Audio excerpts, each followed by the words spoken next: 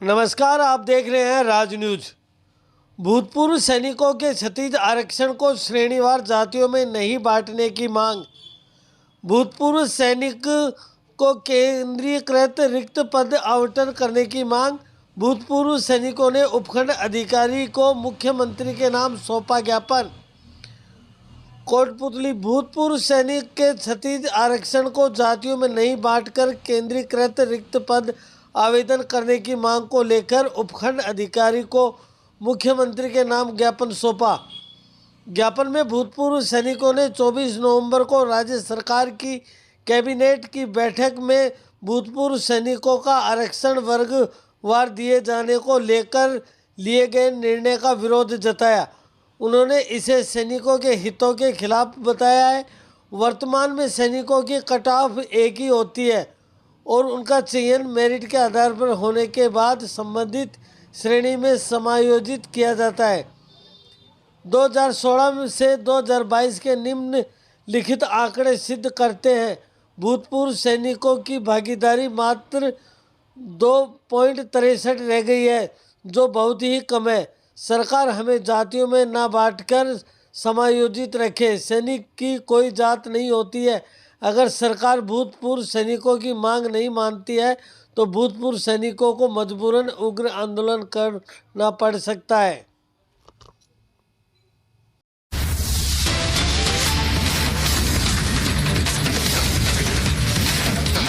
मैं रिटायर्ड सूबेदार दिनेश अडुका।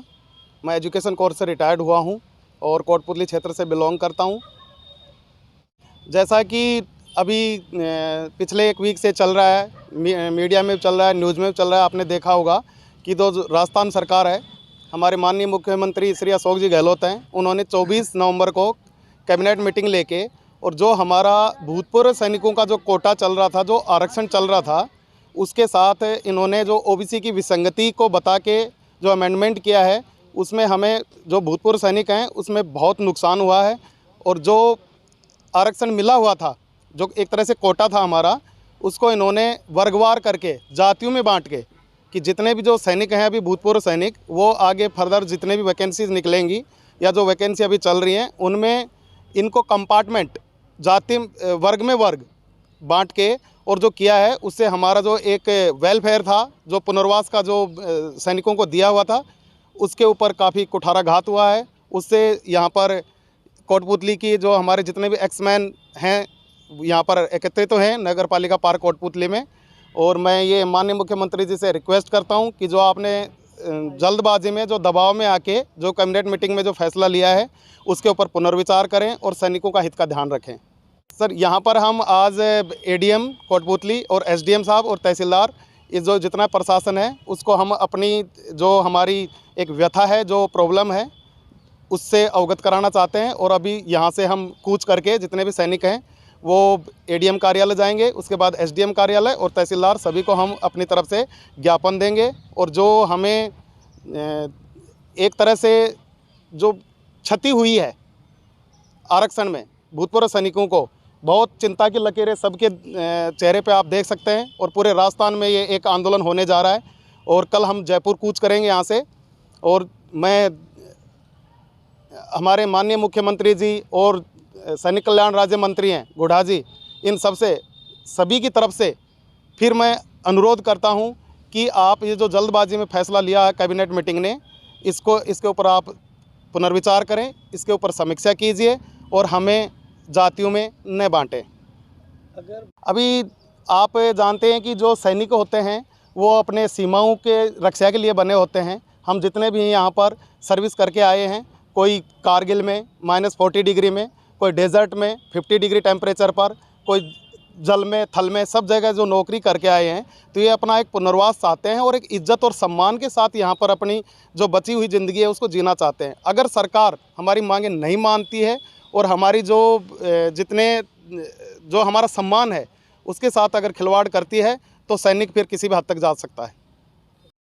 वही खबर सापरा से। जयपुर ग्रामीण पुलिस के भाबरू थाना पुलिस ने कार्रवाई करते हुए बड़े साइबर ठग गिरोह का पर्दाफाश किया। बिहार के नवादा जिले के नक्सली एरिया से एक आरोपी को गिरफ्तार किया व एक नाबालिग को निरुद्ध किया है। साथ ही वहीं 8 आरोपियों को गिरफ्तार कर बिहार पुलिस को सुपुर्द कर बड़ी कामयाबी हासिल की। बाबरू थाना पुलिस ने गत दिनों युवक द्वारा सुसाइड के मामले के खुलासा किया। युवक ने साइबर फ्रॉड से आहत होकर फांसी लगाकर आत्महत्या कर ली थी। पुलिस ने इस मामले में बिहार के नक्सलाइट क्षेत्र नवादा से एक आरोपी को गिरफ्तार कर एक नाबालिग को निरुद्ध किया है। पुलिस ने आरोपी से 3 मोबाइल फोन व फर्जी सिम व 50,000 रुपये बरामद किए हैं। गिरफ्तार आरोपी सौरव कुमार बिहार के नवादा के मसूदा का रहने वाला है। डीएसपी संजीव कुमार ने बताया कि नवंबर माह में बाबरू इलाके के जवानपुरा दबाई में युवक कृष्ण कुमार की लाश पेड़ से रस्सी के सहारे लटकी मिली थी। परिजनों द्वारा हत्या का मामला दर्ज कराया गया था। जांच के दौरान पुलिस को मृतक की जेब से सुसाइड नोट भी मिला था। मामले की जांच करने पर प्रथम दृष्टया कृष्ण कुमार नाम के व्यक्ति का मर्डर कर दिया गया और उसकी मर्डर करने के बाद उसकी लाश पेड़ पे टांग दी गई, जिस बाबत पुलिस द्वारा अनुसंधान प्रारंभ किया गया। अनुसंधान प्रारंभ करने के बाद नियमानुसार जो कार्रवाई की गई, प्रकरण दर्ज किया गया 302 में अज्ञात के खिलाफ। उसके उक्त युवक के पोस्टमार्टम के दौरान एक सुसाइड नोट मिला। उस सुसाइड नोट में कुछ नंबर अंकित थे कि मेरी लाश के ये जिम्मेदार हूँ। तो इस बाबत श्रीमान मनीष अग्रवाल साहब एसपी साहब को सूचित किया गया। श्रीमान एसपी साहब ने दिशा निर्देशित किए गए उक्त नंबरों को साइबर सेल को एवं थानाधिकारी बाबरू अतर सिंह जी द्वारा मौके की सारी चीज़ें देखी गई। सारी चीज़ देखने के पश्चात साइबर सेल द्वारा कुछ नंबरों को एनालिसिस किया गया। उक्त नंबरों के पश्चात श्रीमान एसपी साहब के निर्देशानुसार मेरे नेतृत्व में एवं थानाधिकारी बाबरू श्री अतर सिंह जी के नेतृत्व में एक टीम का गठन किया गया। उक्त टीम को वो नंबर जो पाए गए साइबर सेल के सहयोग से, वो नंबर थे बिहार के। उन नंबरों को एनालिसिस किया गया। एक टीम श्री कश्मीर सिंह जी एएसआई के नेतृत्व में और थाने के स्टाफ के नेतृत्व में, जो साइबर सेल के जो थाने में जो एक्सपर्ट लोग हैं उनके द्वारा बिहार भेजी गई। उनको बिहार भेजा गया और वो एरिया नक्सल प्रभावित था। श्रीमान एसपी साहब द्वारा वहाँ के संबंधित एसपी साहब से समन्वय स्थापित करके इन्होंने 6 दिन के कड़े संघर्ष और कड़े प्रयत्न के बाद 2 मुलजिम गिरफ्तार किए गए, वहाँ से लिए गए। उन मुलजिमों को लाए गए और 50,000 रुपये उनसे रिकवर किए गए। उक्त मृतक द्वारा फ़ोन पे के थ्रू उनको 1,01,51 रुपये फ़ोन पे के थ्रू पे किए गए थे। उसमें से 50,000 रुपये हमने रिकवर कर लिए। उक्त मुलजिम को हमने डिटेन कर रखा है, उसका पुलिस रिमांड ले रखा है। तो सर ये किस तरीके से ठगी करते थे और इन्होंने क्या किया, उक्त मृतक को फ़ोन किया बजाज फाइनेंस के नाम से कि लोन चाहिए क्या आपको। व्हाट्सएप कॉल था, इसने कहा चाहिए। इससे इसके जो आधार कार्ड और जो भी आईडीज़ हैं वो ली गई। इसको दूसरे दिन लोन सैंक्शन लेटर दिया गया। फिर इसके बाद इससे पैसे मांगे गए, वैट, जीएसटी, समथिंग एल्स की जो भी अलग अलग तरीके से इससे मांगे गए। इसने अपने रिश्तेदारों से पैसे उधार लेकर 1,01,51 रुपये इनको उनके ट्रांसफ़र किए फ़ोन पे के थ्रू। और इनको लोन कितने का देना था, कितने का क्या लालच दिया था? 3 लाख का उसको लोन डिसबर्समेंट लेटर दिया 3 लाख के लिए। 1 लाख रुपए की लोन रिकवरी करने एक तरीके से इससे 1 लाख रुपए ले लिए इससे। 1 लाख रुपए 1,01,51 1,01,51 रुपए एक बार में दिए, अलग अलग दिए, अलग अलग फ़ोन पे अलग अलग फ़ोन पे ट्रांजेक्शन किए थे? 6-7 ट्रांजेक्शन है। सर तो अभी कितने आरोपी गिरफ्तार हुए हैं और उनसे 2 आरोपी गिरफ्तार किए जा चुके हैं। बाकी हमने जो किया है हमारे सहयोग से, मतलब राजस्थान पुलिस के सहयोग से बिहार पुलिस ने भी अन्य प्रकरणों में 8 आरोपी गिरफ्तार कर लिए हैं। उनसे भी अपने राजस्थान की कुछ वारदातें खुलासा होने की संभावना है। तो सर राजस्थान पुलिस वहाँ मौके पे गई है, तो ये लोग किस तरीके से ठगी को अंजाम देते थे, इनका गिरोह किस तरीके से काम करता है? गिरोह ये फ़ोन करते हैं और जो इनके झांसे में आ जाता है उसको ये कर लेते हैं। सर नक्सली इलाके से संभवतः पहली बार जो राजस्थान पुलिस इस तरह से मुजरिम को लेकर के आई है, आरोपियों तक पहुंची है, क्या कुछ कहना चाहेंगे जो टीम गई थी? मैं ये कहना चाहूँगा कि हमारे एएसआई साहब बाबरू थाने के कश्मीर सिंह जी गए थे। इन्होंने बहुत ही मेहनत और लगन से काम किया और बिहार पुलिस का सहयोग भी हमारे माननीय पुलिस अधीक्षक महोदय के प्रयासों के कारण बड़ा उल्लेखनीय सहयोग रहा। हमारे पुलिस अधीक्षक महोदय भी निरंतर संपर्क में रहते थे टीम के, और उनके सहयोग से ये काम संभव हो पाया। इस तरह की जो साइबर ठगी हो रही है इनके खिलाफ खबर कोटपुतली के उपखंड कार्यालय की। उपखंड कार्यालय के परिसर में गंदगी जगह जगह फैली पड़ी, लेकिन इसके बावजूद भी नगर परिषद इस ओर ध्यान नहीं दे रहा है।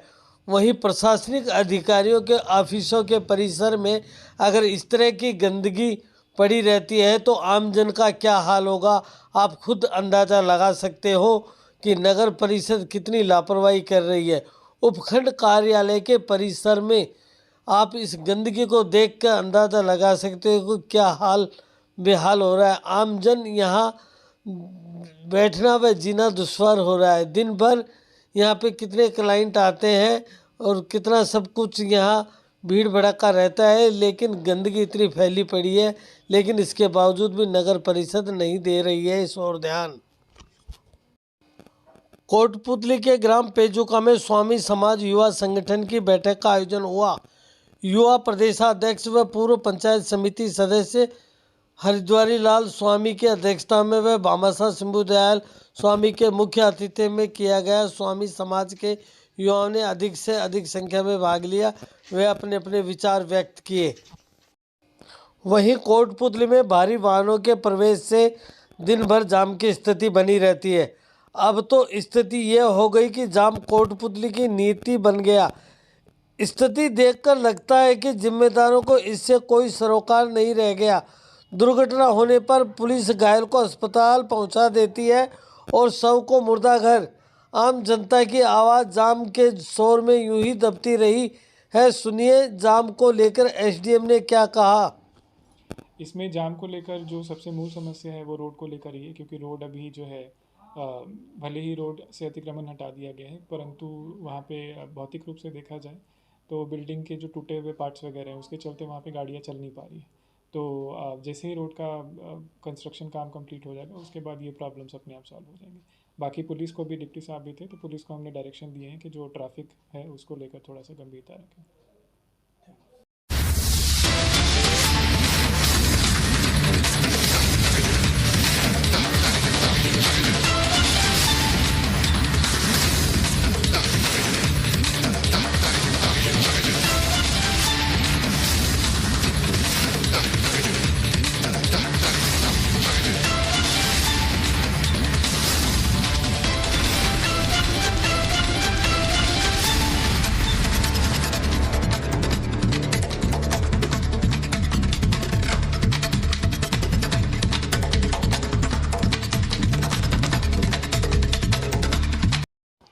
कोटपुतली दिन दहाड़े महिला के गले से तोड़ा मंगलसूत्र।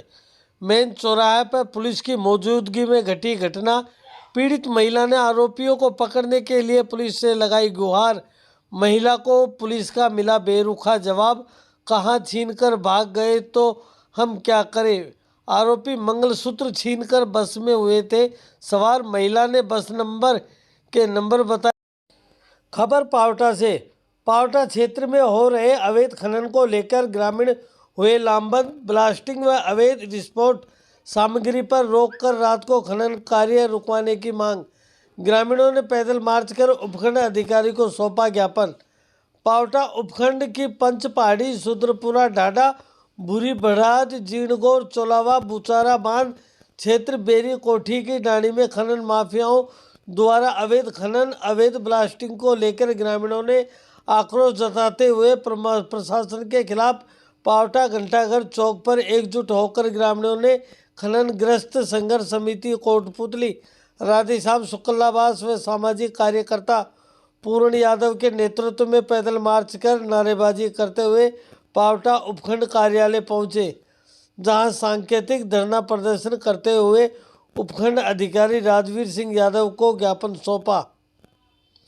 राधेश्याम शुक्लावास व पूर्ण यादव ने ज्ञापन सौंपते हुए आबादी स्कूल जोड़ तालाब बांध क्षेत्र के नज़दीक संचालित खनन पट्टों में ब्लास्टिंग में हैवी अर्थ मूवर्स पर पूर्णतः प्रतिबंध। जिन खनन पट्टों में खान सुरक्षा विभाग अजमेर से ब्लास्टिंग में हैवी अर्थ मूवर्स पर रोक है, वहां तुरंत कार्रवाई। क्षेत्र में खनन पट्टों में रात को खनन गतिविधियों नहीं होने का नियम है, इसकी पालना। ओवरलोडिंग पर शीघ्र कार्रवाई। बुचारा बांध क्षेत्र के अंदर अवैध खनन शीघ्र रोकने। पावटा क्षेत्र ड्राई जोन है जहां अवैध डस्ट वॉशिंग प्लांटों को शीघ्र बंद कराने व रोड किनारे पर डस्ट डालने वालों पर सख्त कार्रवाई की मांग की। सामाजिक कार्यकर्ता हूं और खननग्रस्त संघर्ष समिति का सचिव हूं। अभी पावटा में जीणगोर, चोलावा, दूधावास, बुचारा बांध में जितने भी माइनिंग हो रही है ये अवैध माइनिंग हो रही है और अनलीगल माइनिंग से पूरे क्षेत्र को लूटा जा रहा है, नोचा जा रहा है। और बुचारा क्षेत्र में दिन में बिना भी किसी परमिशन के और ब्लास्टिंग की जा रही है और गाँव में आबादी के नज़दीक, जोड़ के नज़दीक जो है खनन कार्य किया जा रहा है।